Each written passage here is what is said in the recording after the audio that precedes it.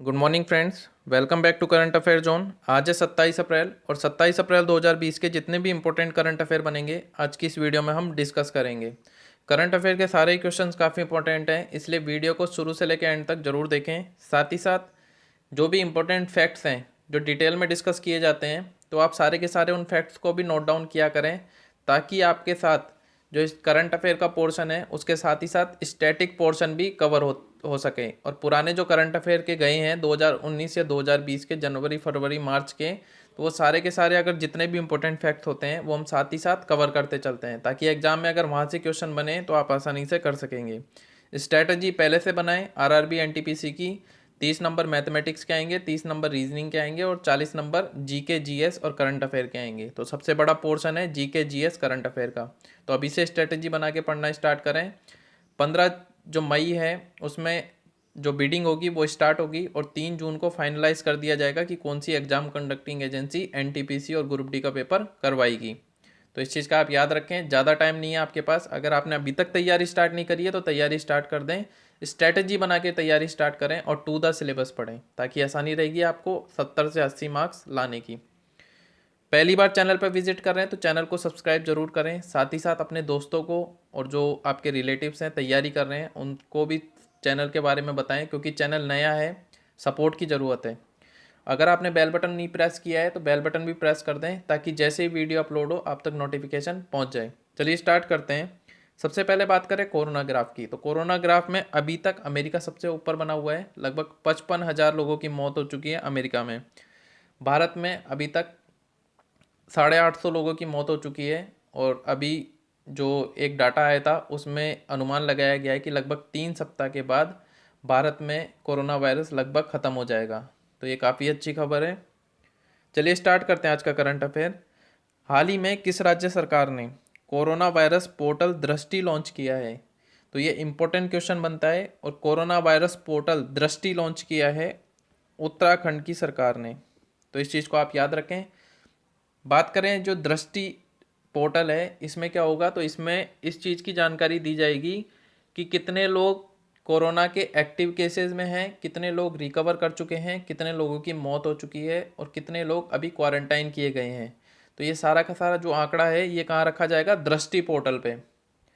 और गवर्नमेंट इस पर निगरानी भी बनाए हुए है। तो इस चीज़ के बारे में आप याद रखें। जितने भी पोर्टल पहल अभियान ये जो लॉन्च किए गए हैं, तो इन सारी की सारी लिस्ट बनाएं आप, कोरोना वायरस हेडिंग डालें और जितने भी क्वेश्चन बनते हैं कोरोना वायरस से तो उनको एक बार डिटेल वाइज लिख लें, क्योंकि यहाँ से क्वेश्चन बनना तय है।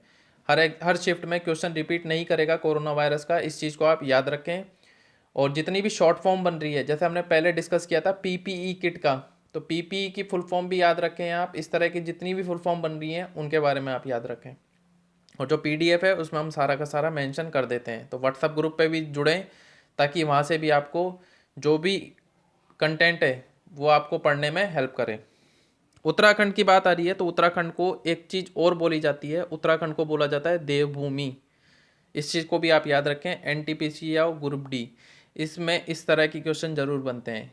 ज़्यादा टफ क्वेश्चन नहीं बनेगा लेकिन ट्रिकी क्वेश्चन बनेगा। तो देवभूमि बोला जाता है उत्तराखंड को। उत्तराखंड की राजधानी है देहरादून, जो कि राजधानी है विंटर की, जो शीतकालीन राजधानी है। लेकिन ग्रीष्मकालीन राजधानी भी बनाया है उत्तराखंड ने, तो उसका नाम है गैरसेन। गैरसेन नाम है उसका। तो 2 राजधानी हो गई उत्तराखंड की, इस चीज़ को आप याद रखें। गैरसेन अभी बनी है कुछ दिन पहले। सीएम की बात करें तो सीएम है त्रिवेंद्र सिंह रावत और राज्यपाल हैं बेबी रानी मौर्य। इनका नाम भी आप याद रखें। साथ ही साथ आपको उत्तराखंड से 3-4 क्वेश्चन जरूर मिलेंगे। उत्तराखंड में आपको मिलेगा जिम कॉर्बेट नेशनल पार्क। तो जिम कॉर्बेट नेशनल पार्क मिलेगा उत्तराखंड में। स्थापना पूछ सकता है, तो इसकी स्थापना हुई थी 1936 में, 1936 में। इसका पुराना नाम पूछ सकता है, तो पुराना नाम है हैली नेशनल पार्क। ये एक शिकारी थे हैली, उनके नाम पर रखा गया था हैली नेशनल पार्क 1936 में। साथ ही साथ आपको मिलेगा वहाँ पे 3 नेशनल पार्क और मिलेंगे। एक मिलेगा नंदा देवी, नंदा देवी मिलेगा एक मिलेगा आपको, एक मिलेगा आपको फूलों की घाटी और एक मिलेगा आपको राजाजी नेशनल पार्क। एक मिलेगा आपको राजाजी नेशनल पार्क। तो इस चीज़ के बारे में आप याद रखें। साथ ही साथ एक चीज़ और आप याद रखें उत्तराखंड से, कि उत्तराखंड में आपको केदारनाथ, बद्रीनाथ इन मंदिर मिलेंगे। एग्जाम में क्वेश्चन बन सकता है कि केदारनाथ और बद्रीनाथ का जो मंदिर है वो कहाँ स्थित है, तो वो स्थित है उत्तराखंड में। तो इस तरह की क्वेश्चन भी अगर बने तो आप आसानी से कर सकेंगे। तो इसका सही ऑप्शन क्या होगा? इसका सही ऑप्शन होगा ऑप्शन डी, उत्तराखंड। दृष्टि जो पोर्टल है वो लॉन्च किया है उत्तराखंड सरकार ने। अप्रैल 2020 में केंद्र सरकार द्वारा किसकी अध्यक्षता में राष्ट्रीय शिपिंग बोर्ड का पुनर्गठन किया गया? तो राष्ट्रीय शिपिंग बोर्ड का पुनर्गठन किया गया मालिनी शंकर की अध्यक्षता में। ये क्वेश्चन भी इंपॉर्टेंट बनता है क्योंकि आपको पता होगा वर्तमान में आयात निर्यात काफ़ी कम हो रहा है। तो इसके कारण अभी जो हमने दवाइयाँ भेजी थी, निर्यात करी थी हमने दवाइयाँ। आयात मतलब होता है हम किसी दूसरे देश से खरीद रहे हैं, और निर्यात का मतलब होता है कि हम किसी देश को दे रहे हैं। तो अभी हमने मलेरिया की जो दवाई दी थी, हाइड्रोक्लोरोक्विनीन, तो उसके कारण निर्यात में काफ़ी ज़्यादा बढ़ोतरी हुई थी। और राष्ट्रीय शिपिंग बोर्ड का निर्माण जो भी हाल की इकोनॉमी को देखते हुए किया गया है, तो उसकी जो पुनर्गठन किया गया है, तो मालिनी शंकर हैं उनका नाम है, उन्होंने अध्यक्षता की है इसके पुनर्गठन में। साथ ही साथ मालिनी जो शंकर हैं ये शिपिंग बोर्ड की पूर्व महानिदेशक भी रह चुकी हैं। और ये जो समिति बनाई गई है इसमें 16 सदस्य हैं। इनका संख्या भी याद रखें, 16 सदस्य हैं इस समिति में। जो शिपिंग बोर्ड के जो मंत्री हैं वर्तमान में, उनका नाम है मनसुख लाल मंडाविया। इनका नाम भी आप याद रखें, ये शिपिंग बोर्ड के मंत्री हैं, ये मंत्री हैं शिपिंग बोर्ड के। तो इनका नाम भी आप याद रखें, एग्जाम में क्वेश्चन बन सकता है। हाल ही में किस राज्य सरकार ने महिलाओं के स्वयं सहायता समूह के लिए शून्य ब्याज ऋण योजना की पुनः शुरुआत की है? तो शून्य ब्याज ऋण योजना की पुनः शुरुआत की है आंध्र प्रदेश की सरकार ने। ये काफ़ी इंपॉर्टेंट क्वेश्चन बनता है। ये इसका दूसरा चरण है। पहला चरण कब स्टार्ट हुआ था? 2011 में। 2011 में पहली बार स्टार्ट हुआ था आंध्र प्रदेश में शून्य ब्याज ऋण योजना। इसके तहत क्या होता है, जो महिलाएं हैं, जो बिजनेसमैन हैं, जो बिजनेस वूमेन हैं, जो कोई ना कोई अपना व्यवसाय करती हैं, तो उनके लिए गवर्नमेंट के द्वारा एक योजना के तहत ऋण दिया जाता है और उस ऋण पे कोई भी ब्याज नहीं होता। तो ये है शून्य ब्याज ऋण योजना। कहाँ दी गई है? तो ये दी गई है आंध्र प्रदेश में। और लगभग कितना ब्याज, तो कितना मतलब धन दिया जाएगा? तो 20,000 से 40,000 तक पे कोई भी ऋण नहीं लिया जाएगा, लेकिन इससे ऊपर अगर आप अमाउंट लेते हैं तो उस पर ऋण देना पड़ेगा आपको। तो ये है आंध्र प्रदेश की सरकार के द्वारा। आंध्र प्रदेश की बात करें तो आंध्र प्रदेश भारत का ऐसा पहला राज्य है जिसकी 3 राजधानियां हैं। इस चीज़ को आप याद रखें। साथ ही साथ सबसे ज़्यादा फलों के उत्पादन में कौन सा राज्य है? तो आंध्र प्रदेश है। और सब्जियों के में बात करें तो पश्चिम बंगाल है सब्जियों के में। पहले उत्तर प्रदेश हुआ करता था, लेकिन वर्तमान में पश्चिम बंगाल है सब्जियों के उत्पादन में। साथ ही साथ कुछ दिन पहले फलों की ट्रेन चलाई गई थी भारत में, तो वो किस राज्य से चलाई गई थी? तो वो चलाई गई थी आंध्र प्रदेश के द्वारा, क्योंकि फलों का सबसे ज़्यादा उत्पादन आंध्र प्रदेश में होता है। और जो फलों की ट्रेन चलाई गई थी आंध्र प्रदेश से, वो कहाँ आ गई थी? तो वो गई थी मुंबई में। शायद मुंबई में गई थी, इस चीज़ को आप कंफर्म कर लें। और ये क्यों चलाई गई थी? तो आंध्र प्रदेश से जो फल हैं वो ईरान में ट्रांसफ़र किए जाएँ, ईरान में भेजे जाएँ, इसके लिए वो पहल स्टार्ट करी थी। तो इस तरह के क्वेश्चन भी एग्जाम में बन सकते हैं।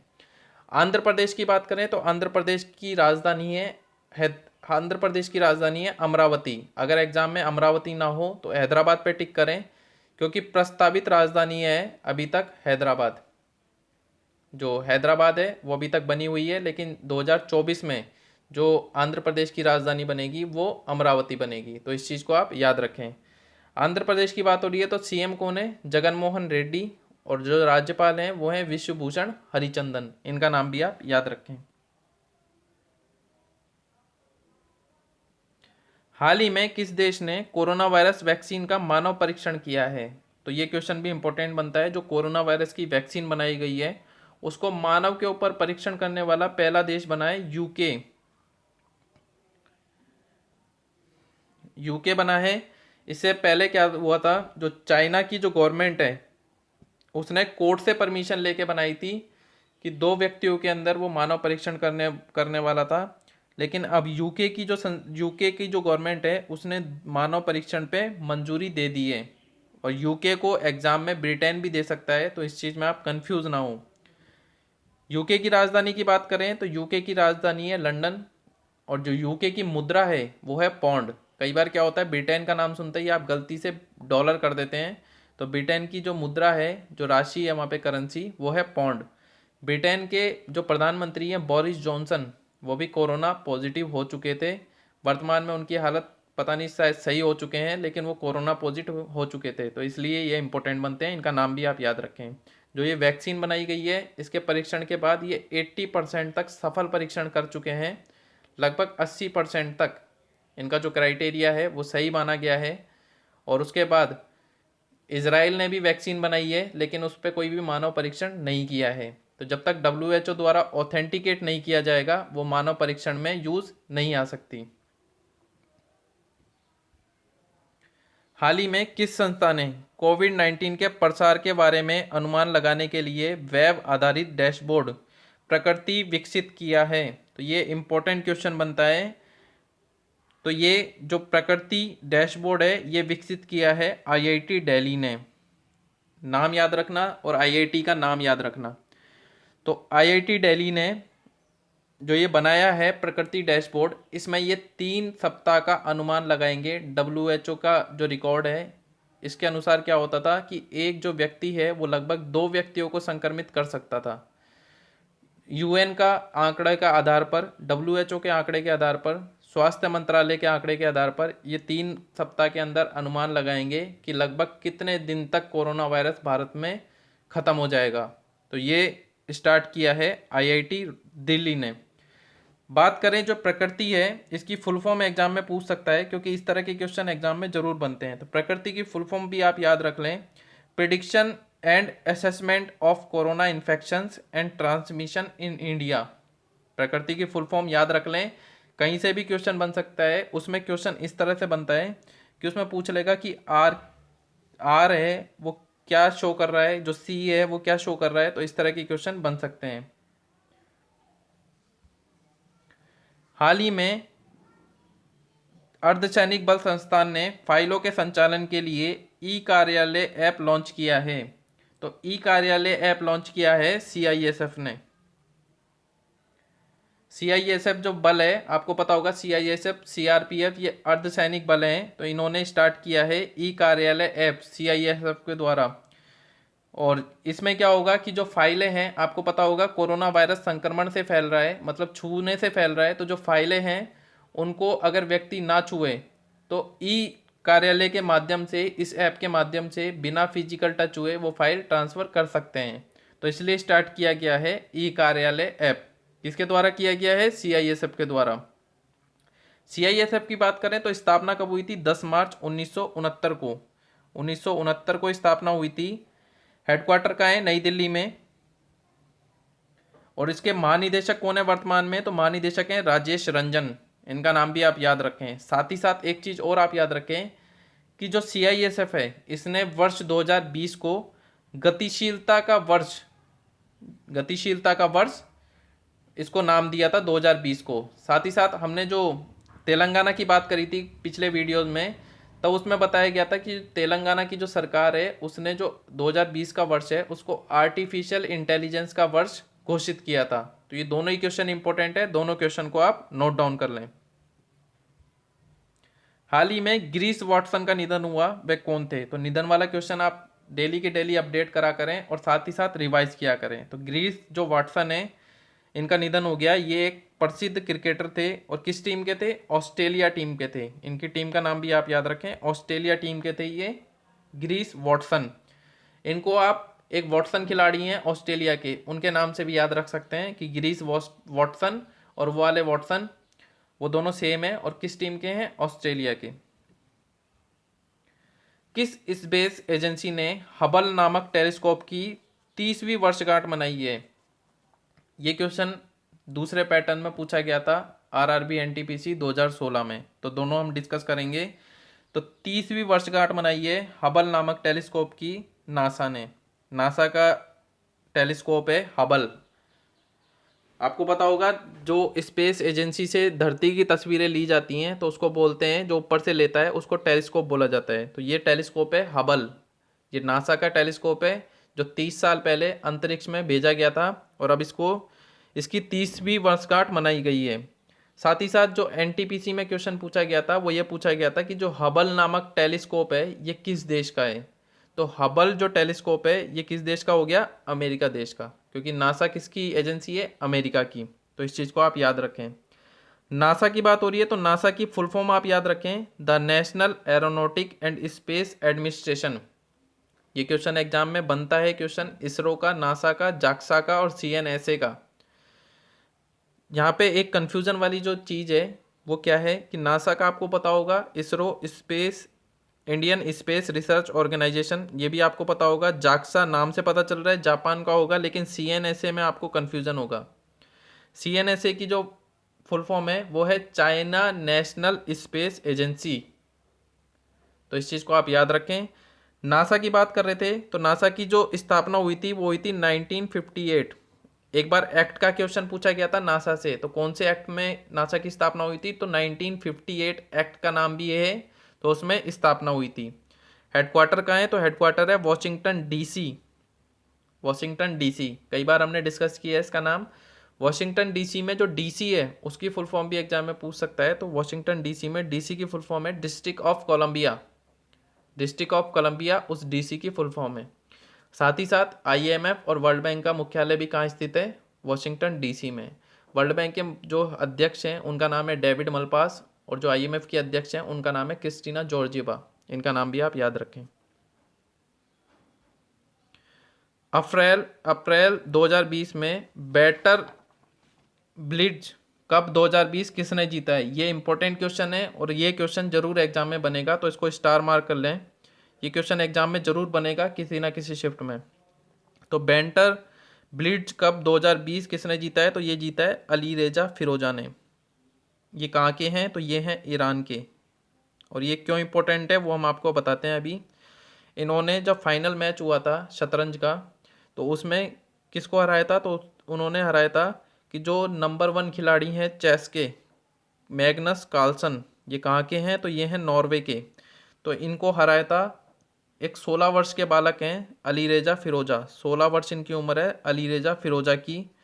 तो इन्होंने मैग्नस कार्लसन जो टॉप के शीर्ष में हैं, पहले नंबर पर हैं चेस के खिलाड़ी, उनको फाइनल में हरा दिया था। तो इसलिए ये इंपॉर्टेंट बनता है, इस चीज़ को स्टार मार्क करके आप इसको नोट डाउन कर लें। बात करें विश्वनाथन आनंद की। विश्वनाथन आनंद भारतीय शतरंज के खिलाड़ी हैं और इन्होंने एक बुक लिखी थी माइंड मास्टर। इनकी ऑटोबायोग्राफी थी माइंड मास्टर। तो इस चीज़ को भी आप याद रखें, ये एग्जाम में बन सकता है क्वेश्चन। माइंड मास्टर इनकी ऑटोबायोग्राफी है। साथ ही साथ विश्वनाथन आनंद की आप जो रैंकिंग है उसके बारे में भी आप याद रखें। शायद वर्तमान में इनकी रैंकिंग है 12वें नंबर की, और जो मैग्नस कार्लसन है इनकी रैंकिंग है 1 नंबर की। और अली रेजा फिरोजा ने मैग्नस कार्लसन को हराया है। अली रेजा फिरोजा हैं ईरान के, और जो मैग्नस कार्लसन है ये हैं नॉर्वे के। ये चीज़ भी आप याद रखें। हाल ही में वोडाफोन आइडिया ने किसके साथ मिलकर रिचार्ज साथी कार्यक्रम शुरू किए हैं, तो रिचार्ज साथी कार्यक्रम वोडाफोन आइडिया ने पेटीएम के साथ मिलकर शुरू किए हैं। ये भी क्वेश्चन भी इंपॉर्टेंट बनता है। इसमें क्या होगा कि आप पेटीएम से अगर लिंक कर रहे हैं तो उसके बाद आप जो वोडाफोन आइडिया की जो कूपन है, रिचार्ज कूपन है, उनको आप सेल भी कर सकते हैं। और जो सेल करेंगे आप तो उनके बाद आपको कैशबैक मिलेगा। तो इससे आप जो छोटे व्यापारी हैं वो कमाई कर सकते हैं। तो इसके लिए स्टार्ट किया है वोडाफोन आइडिया ने पेटीएम के साथ मिलकर। और जो कार्यक्रम है उसका नाम है रिचार्ज साथी कार्यक्रम। ये इन कार्यक्रमों का नाम भी आप याद रखें, इन्हीं से आपको पता चलेगा एग्जाम्स में। पेटीएम की बात करें तो पेटीएम की स्थापना कब हुई थी, 2010 में। इनका जो मुख्यालय है वो कहाँ है, नोएडा में। वर्तमान में सीईओ कौन है, विजय शेखर शर्मा, और इन्होंने ही पेटीएम की स्थापना करी थी। तो इनका नाम भी आप याद रखें। एग्जाम में क्वेश्चन बनता है पेटीएम की स्थापना किसने करी थी, तो उन्होंने करी थी विजय शेखर शर्मा ने। अगर आपको वीडियो पसंद आई तो वीडियो को लाइक ज़रूर करें, साथ ही साथ बेल बटन को प्रेस ज़रूर करें ताकि जैसे ही वीडियो अपलोड हो आप तक नोटिफिकेशन पहुंच जाए। और अगर आपने अभी तक चैनल को सब्सक्राइब नहीं किया है तो प्लीज़ सब्सक्राइब कर दें। चैनल को सपोर्ट मिलता है और मोटिवेशन मिलता है वीडियोस बनाने का। साथ ही साथ अगर आपको वीडियोस में कोई इम्प्रूवमेंट करवानी है या फिर कोई गलती करवानी है, और कल का जो क्वेश्चन था कि मलेरिया उन्मूलन का जो लक्ष्य है भारत का, वो लक्ष्य हमने बताया था 2027 का। तो वो जो एक कमेंट आया था व्हाट्सएप पे, आया था मेरे को रिप्लाई कि वो उन्मूलन 2030 का था। लेकिन आपको बता दें कि 2015 में जब मोदी सरकार थी तब लक्ष्य रखा गया था 2030 का। लेकिन अब 2017 में क्या हुआ था कि वही उन्मूलन का जो लक्ष्य है वो रखा गया था 2027 का, 2027 का। और अगर आपको इसका प्रूफ भी चाहिए तो व्हाट्सएप के ग्रुप में हम वो IGMR की जो रिपोर्ट है उसको आपको भेज देंगे, उसमें आप पढ़ सकते हैं आसानी से कि 2027 तक का जो उन्मूलन है मलेरिया का, उसका लक्ष्य रखा गया है। साथ ही साथ दो चीज़ें आप याद रखें कि एड्स का उन्मूलन, एड्स उन्मूलन का जो लक्ष्य है वो रखा गया है 2030 का, 2030 का रखा गया है एड्स उन्मूलन का। और कमेंट बॉक्स में आप बताएं कि टीवी का उन्मूलन जो उन्मूलन का जो लक्ष्य है वो कितना रखा गया है, तो आप कमेंट बॉक्स में बताएं। तो इस तरह के जो क्वेश्चंस हैं जो आप व्हाट्सएप पे भेजते हैं तो आप कमेंट बॉक्स में भेजने की कोशिश किया करें, ताकि ज़्यादा से ज़्यादा स्टूडेंट्स को भी पता चले कि किस तरह के डाउट्स हैं और वो पूछने चाहिए। तो जो भी आपको इम्प्रूवमेंट की ज़रूरत हो वीडियोस में वो आप कमेंट बॉक्स में कर सकते हैं। और अगर आपको व्हाट्सएप ग्रुप पे ऐड होना है तो कमेंट बॉक्स में अपना कॉन्टैक्ट नंबर दे सकते हैं, ताकि आपको व्हाट्सएप ग्रुप पे भी ऐड कर लिया जाए। जो भी इम्पोर्टेंट क्वेश्चन होंगे वो उनकी सीरीज़ हम बाद में चलाएंगे।